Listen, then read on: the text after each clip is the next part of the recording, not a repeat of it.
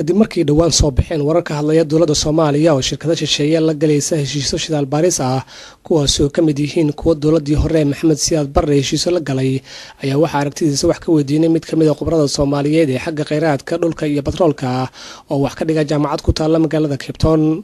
Professor Cabdi Maxamuud Siyaad oo soo noqday agaasimihii wakaalada kheyraadka ee dhulka Soomaaliya isla markaana kamid ahaa khibradii qortay qaanuunka batroolka iyo kheyraadka dhulka Soomaaliya sanadkii 1984 ayaa telefishinka caalamiga Universal ugu waramay aragtidiisa ku aadan shidaal baarista Soomaaliya isagoo kula kulanay xafiiskiisa kuliyadda kheyraadka dhulka ee jaamacadda Western Cape ee magaalada Cape Town ayaa hadaladiisii waxaa kamid ahaa shirkadaha badan ayaa wadan ka shaqeynaya westiga u badan sida Shell, BP, Chevron, Conoco yani shirkado badan ayaa ka shaqeynaya Soomaaliya.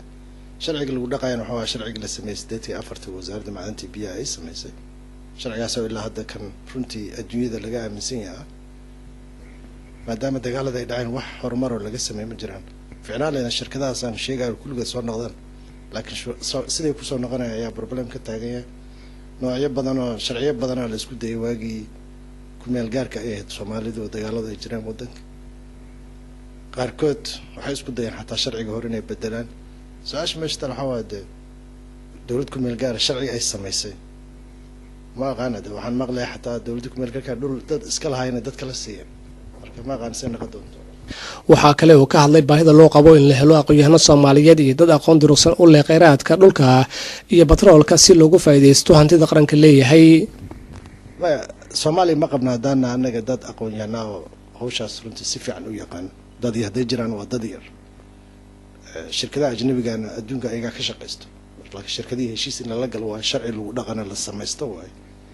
dadka Soomaalida waa la tababari karaa muddo qaadanaysa laakiin sida hadda aan dareemayo hadii aan sharcina jirin ka ninkii iyo adiga idin dhaxay policy regulation waxay lagu qaybsan karaan ayna jirin.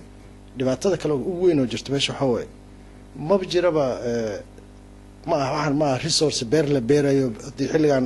Professor Cabdi Maxamuud Siyaad oo sanadkii 1997 dalka Koonfur Afrika ka howlgalay sidii dowladii ANC-da ee African National Congress uga caawiyo sidii loogu guuri lahaa qawaaniintii dowladii midabta koorka ayaa waxa uu qabaa in Soomaaliya uu shidaal ku jiro wuxuuna tilmaamay meelaha dalka kamid ah ee shidaal baaris laga sameeyay. shidaal waa ku jiraan wadanka meelo badan ayay ugu jiraan waxaa kamid ah gobolada dhexe oo lagu tuunsan yahay xadka Kenya Soomaaliya leeyahay oo lagu tuunsan yahay xeebaha Soomaaliya waa lagu tuunsan yahay garowe meesha la yiraahdo Conoco ceelasheedii waa la ogyahay farsamada Ogaden region waa la ogyahay waxyaabaha ku jiro gobolada dhexna Sam Basin way Somali Basin la meesha waxyaabo gobolada badan waxa jiro waxa lagu tuunsan yahay laakiin ilaa hadda wax la hubo la cadawr la soo saaro wadanka ma jiraan. laakiin rajooyinka aad u fiican meelaha wadamada naalmada geological batrool laga qodaa laakiin waa ka gaajoona. su-aasha meesha ma aha in batrool meesha ku jiro kaliya ma qodan karnaa aqoonti ma lihin anaga siyaasad iyo policy mu samaysan sharciyo ma qabnaa anaga dad aqoon-yahano Soomaaliya la shaqeey kara shirkadii ma jiraan. intaasna waa su'aalo u baahan in la isweydiiyo. ugu dambeyn waxa uu qabiirkana talooyin dhaxalgal ah u jeediyay madaxda dalka Soomaaliya oo aaminsan yahay inay yihiin dad aqoon sare u leh dalkana sameeyo bixin kara. waa ficnaale dowladda aan kula talina mar kale in shirkadaha batroolka xaq ay leeyihiin la siiyo laakiin nidaamyo kale waxa jira dowladda ay dhaqaale fiican uga sameey karto waana la isku dayin in laga qaado blocks ay xaq u lahaayeen sharciga 84 ku si.